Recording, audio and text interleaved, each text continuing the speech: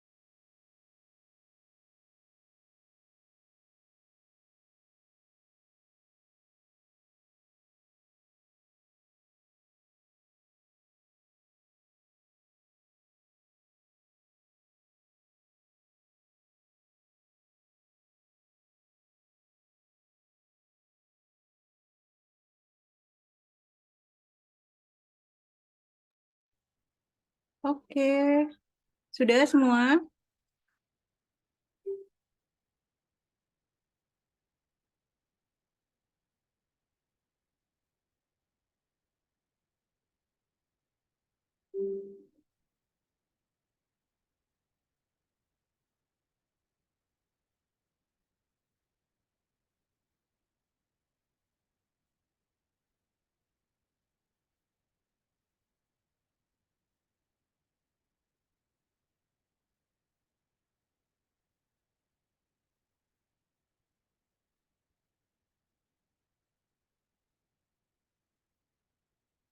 Oke. Kita lihat ya, ini ada yang udah WA saya.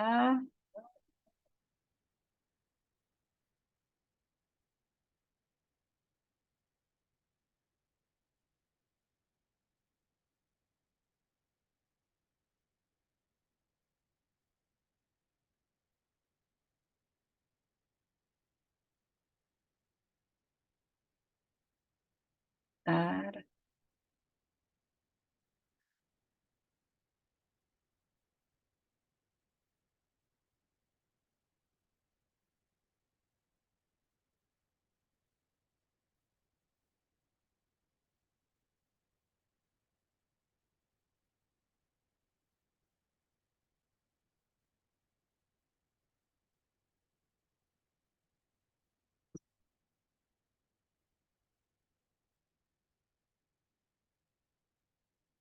Oke, suara saya masih kedengaran? Masih, Bu. Oke ya, ini sudah ada yang WA saya. Kita bahas ya. Ya, Bu. Waktu kita di jadwal jam berapa ya? Sampai jam 9.30. Masih ada satu.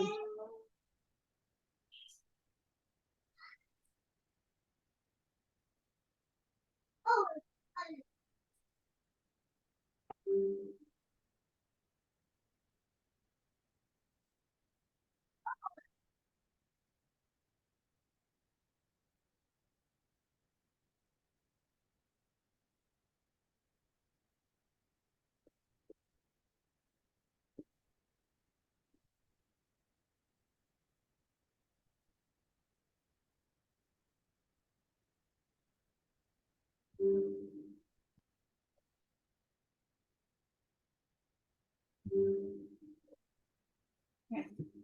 Yang kemarin bagus, dia pada kunjungan pertama, apa aja klasifikasinya? Penyakit sangat berat.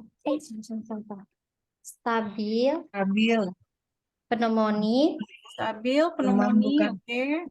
demam bukan malaria, ya, Mm-mm. dengue tanpa warning sign, gizi baik, isi baru, normal, Mm-mm. tidak anemia. tidak anemia, Tidak anemi, Sudah. ya.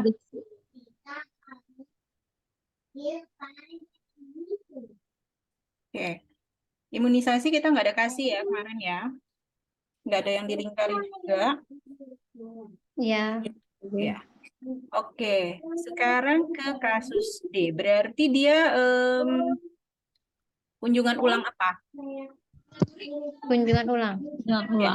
Kunjungan ulang untuk kasus Kasus klasifikasi dengue, Untuk kasus dengue tanpa warning sign. ya dengue tanpa warning sign. Kemarin kunjungan ulangnya adalah berapa hari? 1 hari, Bu. 1 hari. Berarti besoknya ya. Ya. Besoknya. Oke. Ini tadi punya siapa ya yang kirim ke saya? Dokter Eka. Dokter Eka. Ya. Silakan, Dok. Iya dok, untuk kasus D, kelanjutan dari kemarin kasus C, pada kasus C itu kan pasiennya kunjungan tanggal 6 bulan 12. Sehingga kunjungan ulangnya ini tanggal 7 bulan 12 2022. NIK-nya 637213XXXXX. Alamat Kelurahan Guntung Manggis RT 1 nomor 3. Daerahnya tidak endemis. Nama anak Bagus laki-laki, nama ibu Sari. Umurnya 3 tahun 0 bulan, berat badan 18 kilo, tinggi badan 104, Adik, nilainya 14 cm, lingkar kepala 51, suhunya 38 derajat Celcius. Anak sakit apa? Kunjungan ulang dan untuk pemeriksaan tanda bahaya umum, tadi ada gelisah. Di klasifikasi, maka masuk ke penyakit sangat berat. Untuk penyakit sangat berat ini diberikan terapi oksigen 3-5 liter per menit melalui nasal kanul, kemudian cegah gula darah tidak turun, jaga tubuh tetap hangat, dan rujuk segera. Kemudian lanjut ke bawahnya, apakah anak ada batuk dan sukar bernapas? Berapa lama batuknya? Jadi sudah 4 hari. Hitung nafasnya 42 kali per menit, masih dianggap napas cepat. Saturasi oksigennya 95% dengan pneumonia. Nah, karena tadi di atas itu sudah label Rujuk. merah, maka yang pneumonia dikosongkan, dok, untuk tindakan pengobatannya. Oke. Kemudian apakah anak diare? Iya, diarenya 1 hari. Kemudian klasifikasinya diare tanpa dehidrasi. Karena ini hijau, iya. jadi juga tidak ditulis. Selanjutnya, apakah anak demam? Dari anamnesis, ya, anak demam. Suhunya di atas 37,5. Di sini 38 derajat Celcius. Daerahnya non-endemis. Berarti sekarang sudah hari ke-7, yang kemarin hari ke-6. Ini masuk klasifikasinya ke dalam berat dengan demam.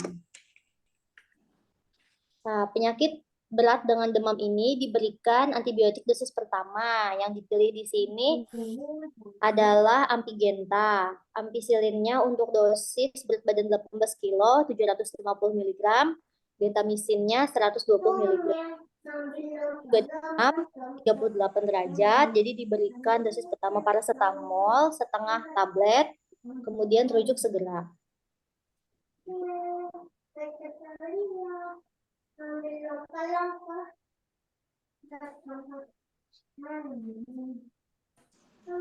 Oke. Paracetamol dosis pertama 1,5 setengah 7 tablet. setengah. Tablet, dok. 1 kali gerak.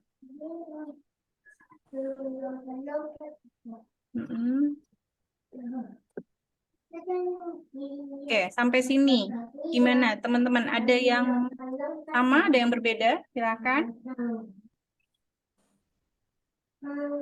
Yang dilingkarinya betul atau salah? Kita lihat dari atas ya. Bagus, gelisah. Gelisah, Ya, betul, Bu. gelisahnya kita lingkari ya. Ya, Kemudian dari gelisah itu berarti yang ditemukan apa? tanda bahaya Tanda umum. bahaya Tanda bahaya umum pada penampilannya ya. Ya, Bu. Adik. Ya. Terus dari situ ada satu aja yang dilingkari, berarti kita larinya ke penyakit sangat berat. Oke. Kemudian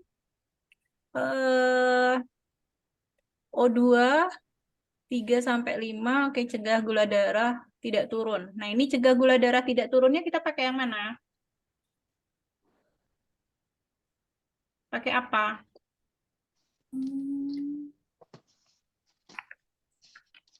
Air gula, dok. Ya, air gula. Gula.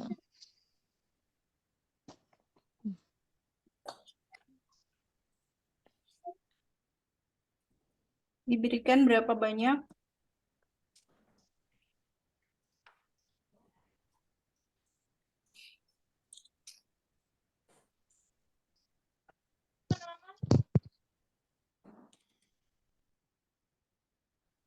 Kalau di kasus ini kan tidak ada dikatakan, dok, anaknya bisa menelan atau tidak. Jadi kita anggap dia itu itu masih bisa menyusui dan masih bisa menelan. Oke. Bisa diberikan air gula 30 sampai 50 ml sebelum dirujuk. Ya, jadi di sini kan kasusnya tidak ada ya dilingkari dia memuntahkan segalanya. Kemudian pastinya dia masih sadar ya, karena yang dilingkari cuma yang gelisah saja, ya. Nah, kita anggap masih bisa minum dia, sehingga kita kalau kemarin kan bisa pakai infus ya untuk yang kasus yang B itu. Nah, karena di sini dia sadar, kemudian tidak ada muntah, maka kita cegah gula darahnya per oral ya. Per oral yaitu dengan karena dia udah 3 tahun berarti susu formula atau air gula ya 30 sampai 50 ml sebelum dirujuk. Oke, jaga tubuh tetap hangat ya. Kemudian yang pneumonia. Oke, pneumonia kemarin kita udah kasih apa? Amoxicillin. Amoxicillin. Amoxicillin. Iya. Ya. Oke, amoxicillin. Terus di sini amoxicillinnya kita lanjut atau kita ganti dengan ampi? Di sini kan Dokter Eka tulis ampi ya, ampi genta.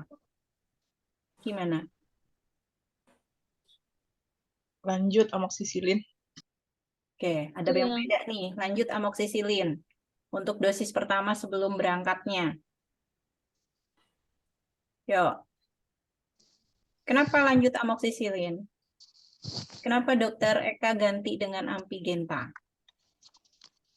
Melihat Dok, di klasifikasi di bawah itu rencana terapinya kan diberikan cairan RL atau NaCl. Jadi terapinya saya buat jadi injeksi saja Dok yang di atas.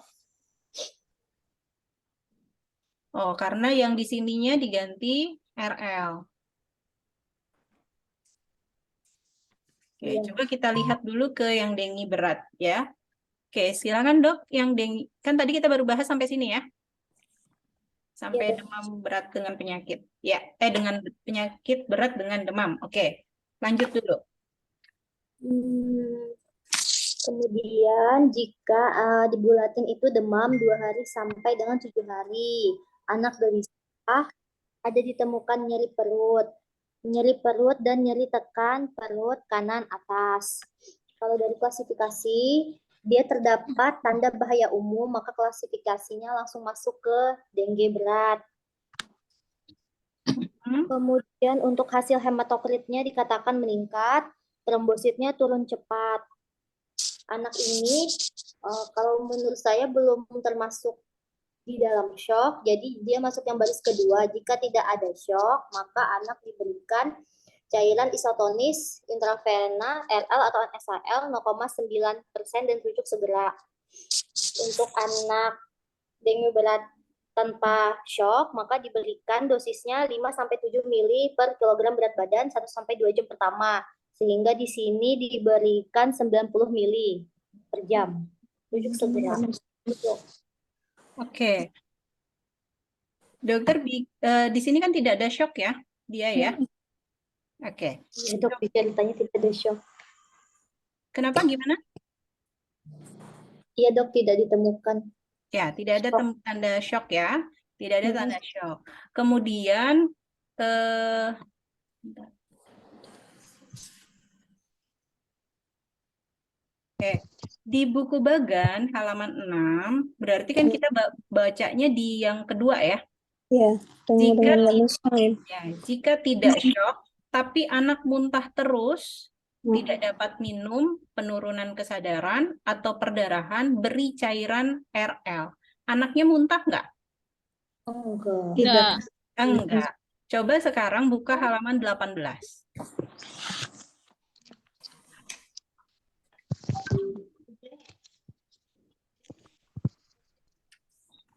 Tidak ada tanda shock. 18 itu pemberian cairan. RL. Jika ada tanda dan tidak ada. Tidak ada tanda shock dan warning tetap sign. dikasih, tetap diberi dong. Kita minum. Jika anak Jika bisa minum, jika anak beri bisa minum, beri minum saja. Ya. Jadi kalau misalnya anaknya bisa minum, kasih Beri minum apa minum. saja.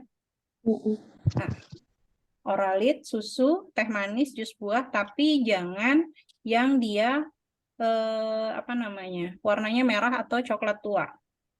Gitu. Ya. Jadi kalau misalnya dia masih bisa minum, kita usahakan pakai per oral aja dulu, gitu ya. Cuma kalau misalnya kita boleh, kalau misalnya kita pakai apa namanya, infus gitu ya. Tetapi di sini kalau misalnya anaknya bisa per oral, kita beri per oral aja dulu gitu. Jadi nanti untuk antibiotiknya, nah sekarang antibiotiknya per oral atau yang ampigenta nih? Berarti per oral dok, pakai yang kayak kemarin amoxicillin Oke. 2 kali 1,5. Gimana yang lain? Kalau kita per oral nih, ya, nah, cairannya per oral. Kemudian untuk antibiotiknya kita pilih yang mana? Per oral. Per oral 1,5 tablet.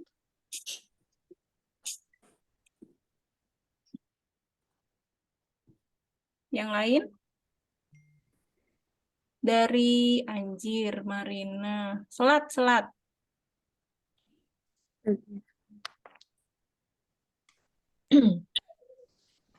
Menggunakan amoxicillin, Dok. 2 kali 15 mili. Amoxicillin 12,5. 2 kali 15. 2 kali 15. 15 mili. 2 kali 15 mili. Oke. Terus ada yang lain? Amoxicillin 1,5 tablet, dok. Berat badan 18 kilo. 500 mg.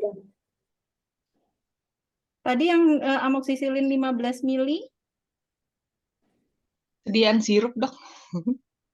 Oh, 15 mililiter, bukan miligram. Iya, bukan Oh, mililiter. Oke. Yang sirup yang berapa? Yang 250? Nggih, 250. Oke, berarti oral ya. Oke. Yang lain? Mentangai.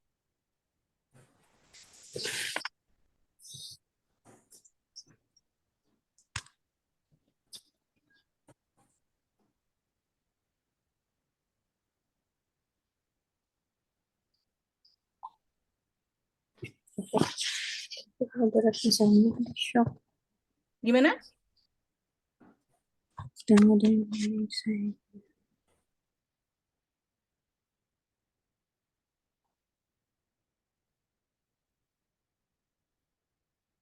Atau barimba?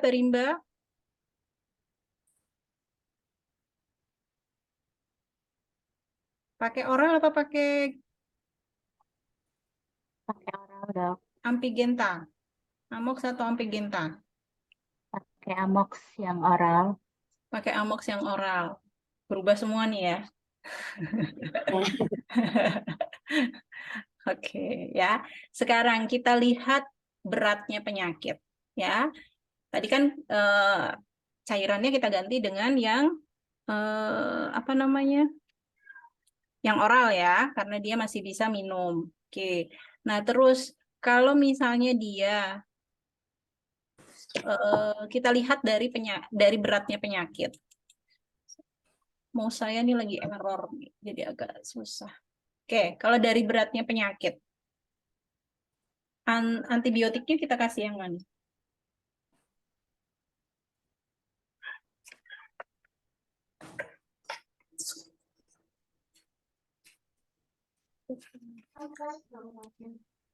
Oral atau Oral.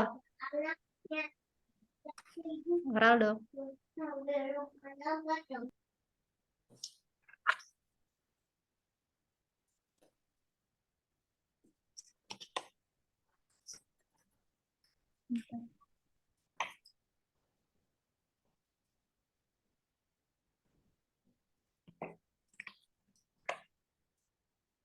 ya. Jadi kalau kita lihat dari beratnya penyakit ya, kita pilih yang di sini penyakit berat dengan demam, ya. Gitu. Kemudian Berarti di sini kita kasihnya tetap ampigenta. Ini udah betul ya. Ampigenta, tetapi di sini kita kasihnya apa? Jadinya IM. IM. IM. IM. Mm-mm. Jadi dosis pertamanya kita kasih ampigenta karena dia memberatkan dari kondisi sebelumnya gitu. Jadi pneumonia ini untuk antibiotiknya kita ganti, kita lanjutkan dengan yang ampicillin dengan genta gitu. Ini udah betul, cuman nanti kita kasihnya IM karena di sininya cairannya masih kita berikan dengan cara oral gitu ya. Kan kalau yang ini dia dosisnya dosis ini, dosis apa namanya? Yang tidak bisa minum itu kan.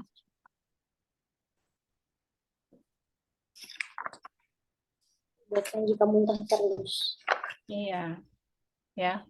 Jadi di sini kita gantinya dengan oral ya. Minum apa saja dia sebanyak apa yang dia ini ya dia bisa gitu. Jadi sebelum dia ada muntah atau tidak bisa minum, kita usahakan dia dengan oral gitu ya. Oke, rujuk segera. Rujuk segeranya tulisannya nggak usah diulang-ulang, Dok. Nggak apa-apa ya. Oke, kita lanjut ke masalah telinga. Apakah anak mempunyai masalah telinga? Tidak, jadi dilewati. Selanjutnya untuk status gizi.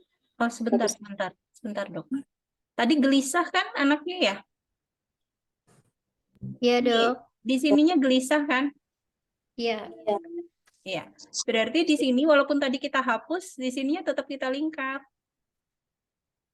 Oh, dilingkarnya di situ ya, Dok. Di Iya. samping juga. Gelisah.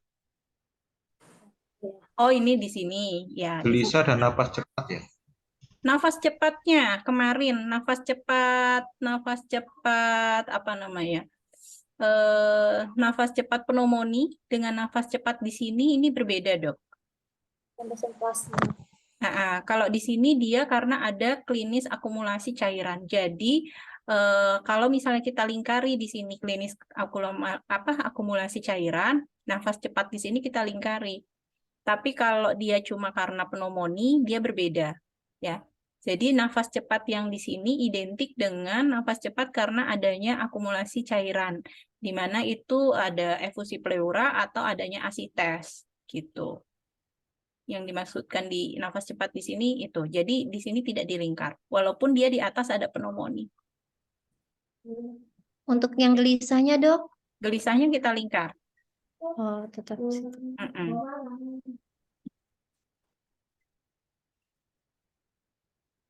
Oke. Ya, kita turun ke bawah ya. Ya, silakan. Memeriksa status gizi dan status pertumbuhan. Hasilnya gizi baik. Kemudian periksa ada tidak stunting, normal, lingkar kepala normal, anemia, tidak anemia. Memeriksa status HIV ibu di strip saja. Kemudian untuk status imunisasi sama seperti kunjungan sebelumnya. Dan karena ini mau dirujuk jadi tidak diberikan. Kemudian pemberian vitamin A juga tidak diberikan karena anak ini mau dirujuk. Masalah lain tidak ada. Jadi kunjungan ulangnya di strip. Kemudian nasihat kapan kembali segera, rujuk segera. Seperti itu, Dok. Oke. Vitamin A-nya, Dok?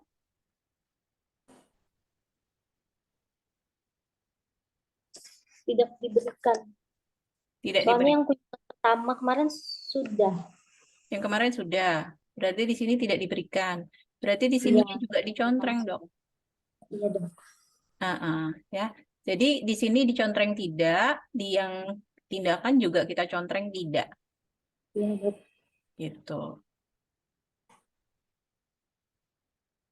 Oke, ya. Jadi nanti teman-teman pada saat ada kasus seperti ini, kalau misalnya ada antibiotik yang diberikan gitu ya, kita lihat lagi dari beratnya penyakit ya, dari beratnya penyakit yang akan diberikan gitu. Apa yang sesuai lah, nanti antibiotiknya sesuai dengan beratnya penyakit. Kalau misalnya nanti kayak di misalnya pneumonia dengan mastoiditis. Dengan mastoiditis kan dia sama-sama antibiotiknya amoxicillin ya. Nah, berarti bisa kita lanjutkan gitu ya. Tetapi kalau misalnya ada yang penyakit berat, maka kita ganti antibiotiknya dengan ampicillin dan Genta. Gitu ya. Kita memang bukan di tempat Dokter Timothy aja kemarin ya, yang ampigentanya nggak ada. Di saya juga nggak ada. Berarti itu kita nanti mengusulkan bahwa obat-obat yang ada di MTBS, ya, di buku bagan MTBS, nanti di list, ya, kira-kira apa-apa saja. Nah, itu nanti yang kita usulkan untuk diadakan, gitu. Ya. Oke. Ada lagi yang mau kita diskusikan atau ditanyakan? Silahkan. Masih ada waktu kita 30 menit. Dari kasus-kasus sebelumnya juga nggak apa-apa.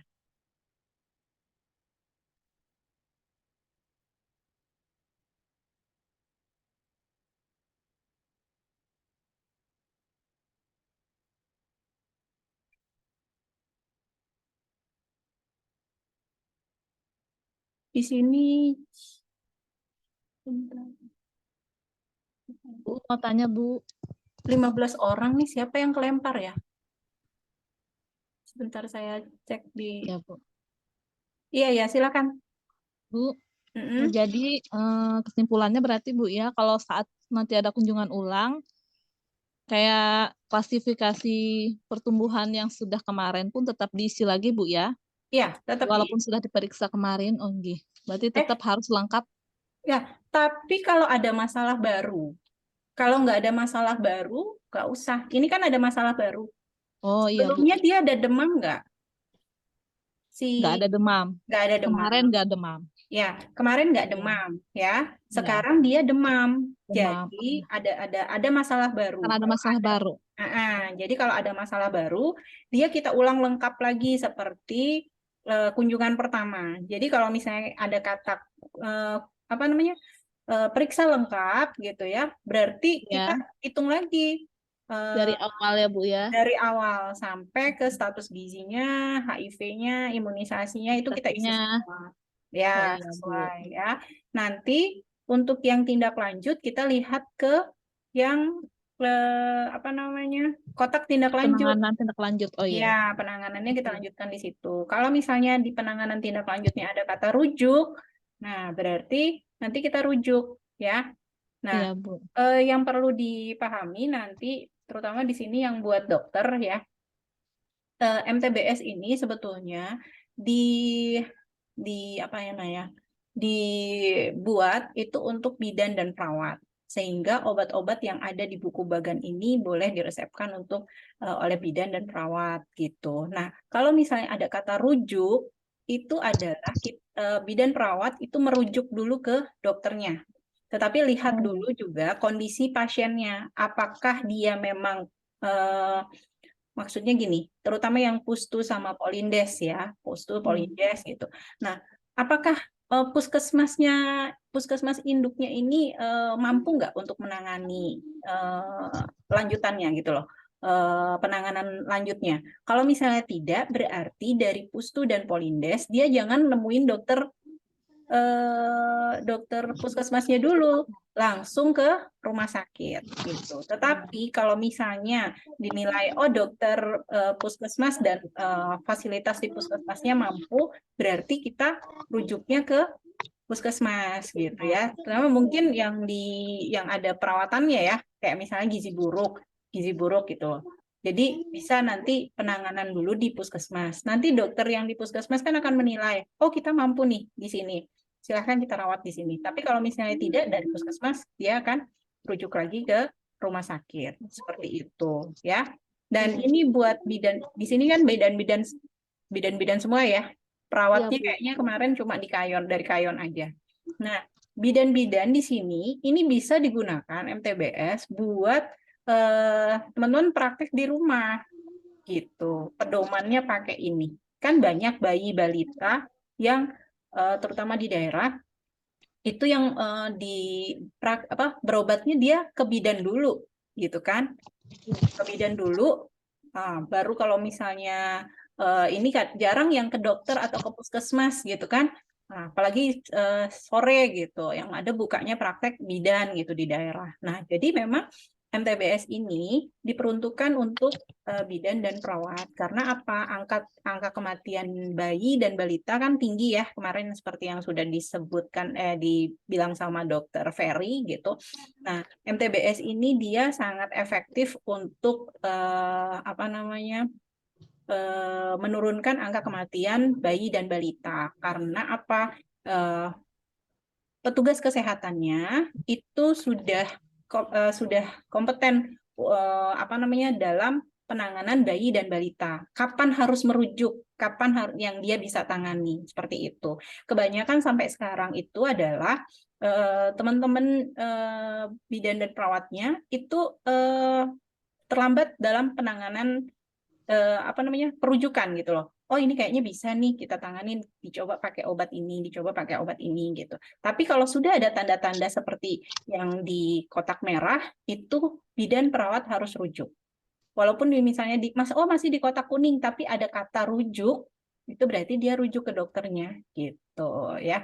Jadi kenapa juga di sini kan dibilang waktu penghitungan obat ya, penghitungan obat. Kan kalau misalnya kita mampu untuk menghitung obat, misalnya di buku Bagan itu tidak ada berat badan 7 kilo gitu ya, berat badan 7 kilo. Kalau mampu untuk menghitung dosisnya 7 kali 40 berapa nanti, oh sekian berarti sekian kali gitu kan, sekian miligram minumnya obat itu gitu. Nah, karena di sini memang ditujukan untuk bidan dan perawat, untuk memudahkannya kita pakai range usia gitu. Jadi tinggal nyontek obatnya.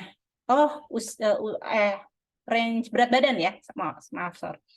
Jadi range berat badan sekian sampai sekian, pakainya dosisnya yang sekian gitu ya. Tapi kalau misalnya teman-teman mampu untuk menghitung berdasarkan berat badannya langsung, itu bagus gitu ya, silahkan. Tetapi kalau misalnya tidak, tinggal nyontek, cari. Oh, berat badannya 8 kilo, berarti saya pakai amoksilinnya sekian. Kalau pakai tablet ya, sampai rinci sekali dia. Kalau pakai tablet seperempat gitu kan, kalau pakai sirup dia segini gitu, sampai rinci sekali seperti itu, karena memang ini untuk mempermudah teman-teman bidan sama perawat dalam memberikan dosis ke pasien gitu ya. Nah, nanti untuk dokternya, kalau misalnya pengobatan MTBS ini dilakukan oleh dokternya gitu ya, dokternya diusahakan untuk menggunakan MTBS dulu. Kalau misalnya nanti obat kira-kira nih kondisinya lebih berat dari ini, dokternya bisa menggunakan kompetensinya gitu loh, berdasarkan kompetensi penyakitnya dan kompetensi kita sebagai dokter ya untuk ke farmakologinya, obat-obatnya. Jadi bisa menggunakan obat-obat di luar dari MTBS seperti itu ya. Jadi di akhir kemarin kan saya sebentar ya.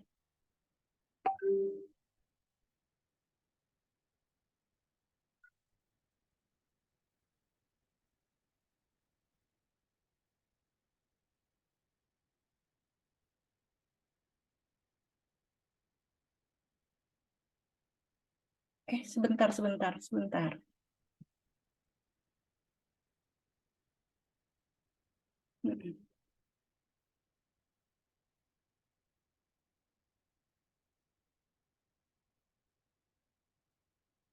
Ya, jadi nanti dokter-dokternya itu ya selain juga bisa menggunakan MTBS, juga bisa menggunakan kompetensi kita untuk farmakologinya. Kita tidak menggunakan obat-obatan yang hanya ada di sini gitu ya. Terutama kalau misalnya ada masalah lain nih. masalah lain. Kan di MTBS nggak ada tuh, ya kan? Kalau misalnya ada yang gatel atau ada benjolan gitu kan nggak ada di sini gitu ya. Jadi teman-teman bisa rujuk ke dokternya gitu. Kalau dokternya nanti oh ini bisa nih dilakukan ini gitu. Instruksinya dari dokternya mungkin yang melakukan juga perawat ya, misalnya insisi gitu kan. Insisi tapi dia apa namanya? Instruksinya itu bisa dari dokternya gitu ya. Seperti itu. Atau kalau misalnya memang bidan dan perawatnya itu mampu melakukan, silakan.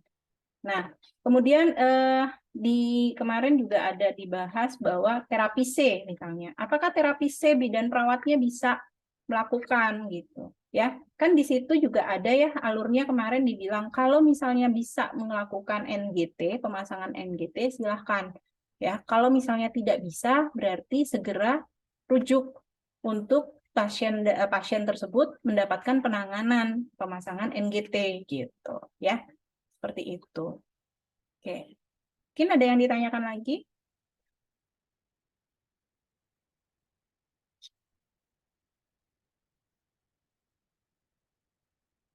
Dari kasus ada yang ditanyakan?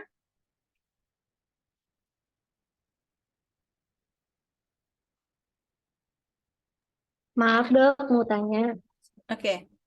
Untuk yang kasus tadi itu kan untuk yang bagian yang tanda bahaya, di situ kan ada mencegah gula darah agar tidak turun itu misalnya dengan pemberian susu di situ 30 sampai 50 mili kalau sesuai dengan buku MTBS. Terus itu kan ditulis di bagian situ. Terus itu kan tadi yang di bagian dengi beratnya juga ada memberi minum apa saja sebanyak mungkin itu tetap ditulis ya dok?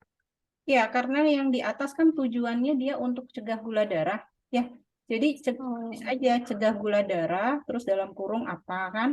Gitu. Tetapi kalau yang di bawah kan dia tujuannya untuk cairan dalam penanganan dengue. Oh iya, iya. Makasih dok. Yuk.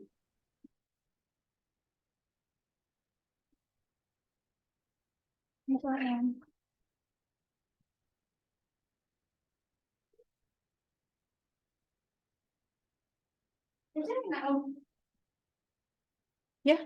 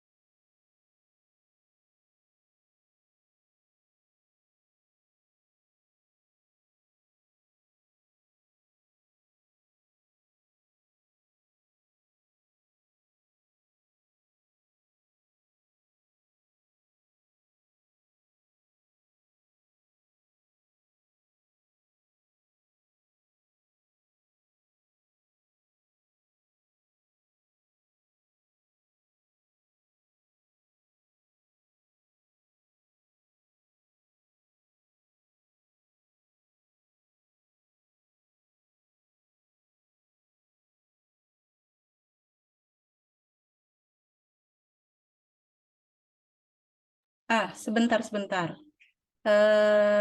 Sebentar. Masih ada waktu saya ya. Oke, kita koreksi ya tadi ya. Salah.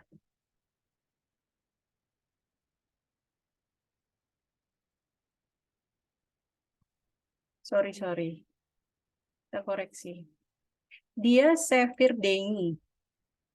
Sevir Dengi. Oke. Oh, di sini penyakit berat dengan demam. Oh, coba teman-teman lihat lagi ya ini ya. Untuk yang di Dengi, halaman 6.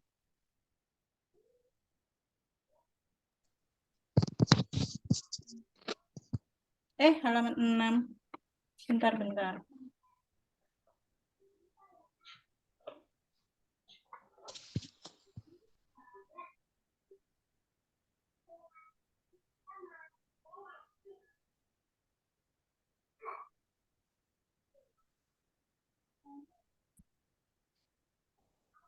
Penyakit berat dengan demam.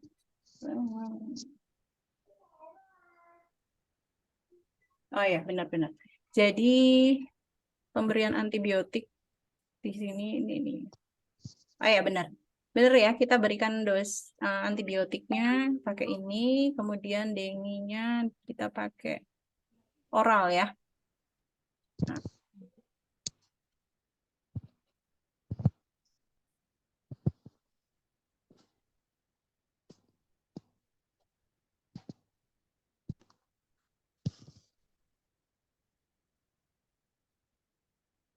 Ya, oke, sudah.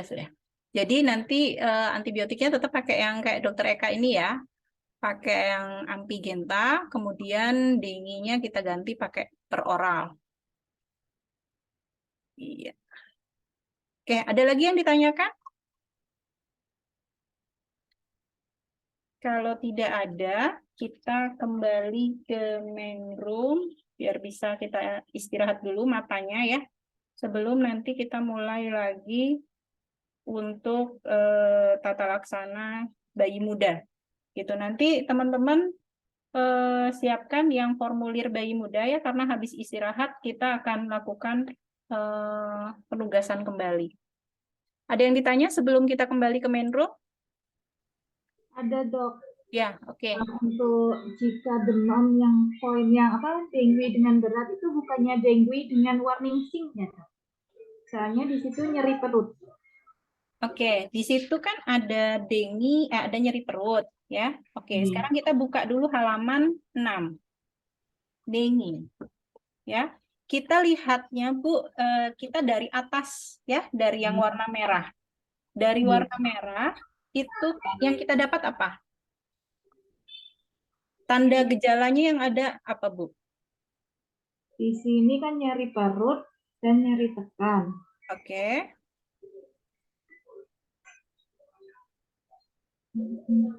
Untuk dengue dengan warning sign kan nyeri perut dan nyeri tekan perut kanan atas.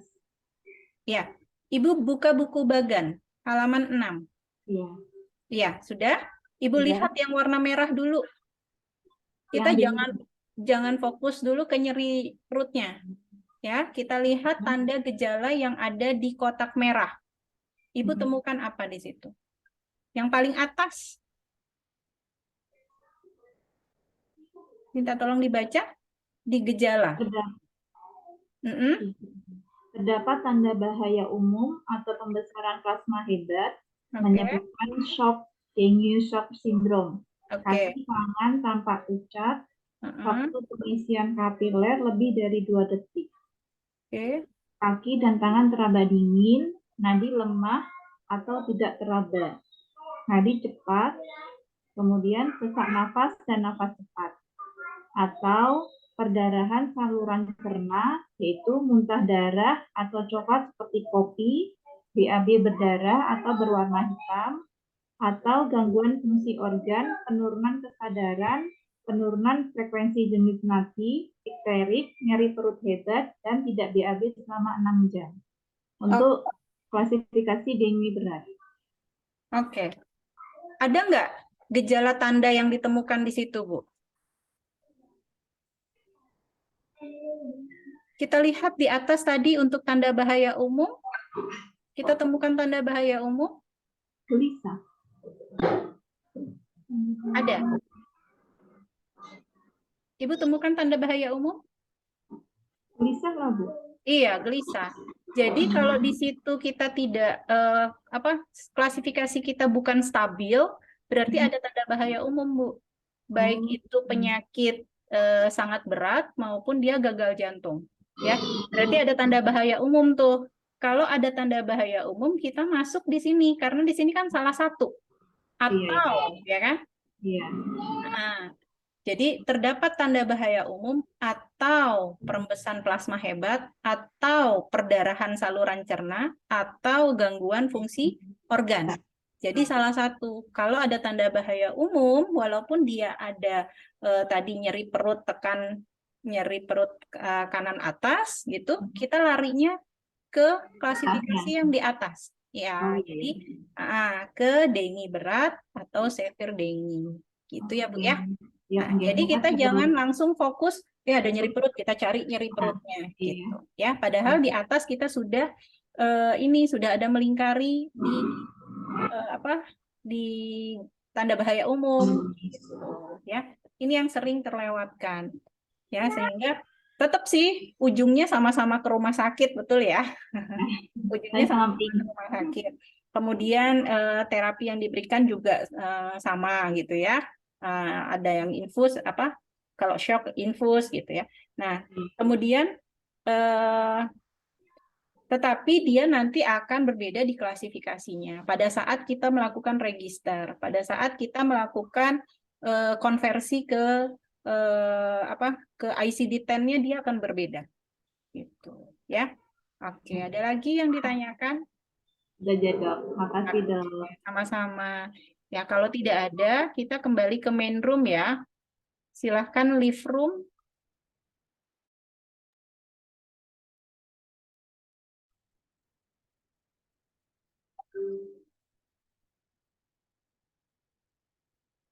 Bu Noviani bisa leave room, Bu?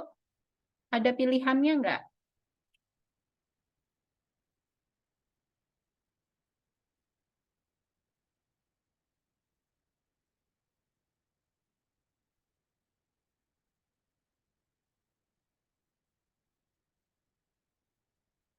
Bu Banun, kita kembali ke main room.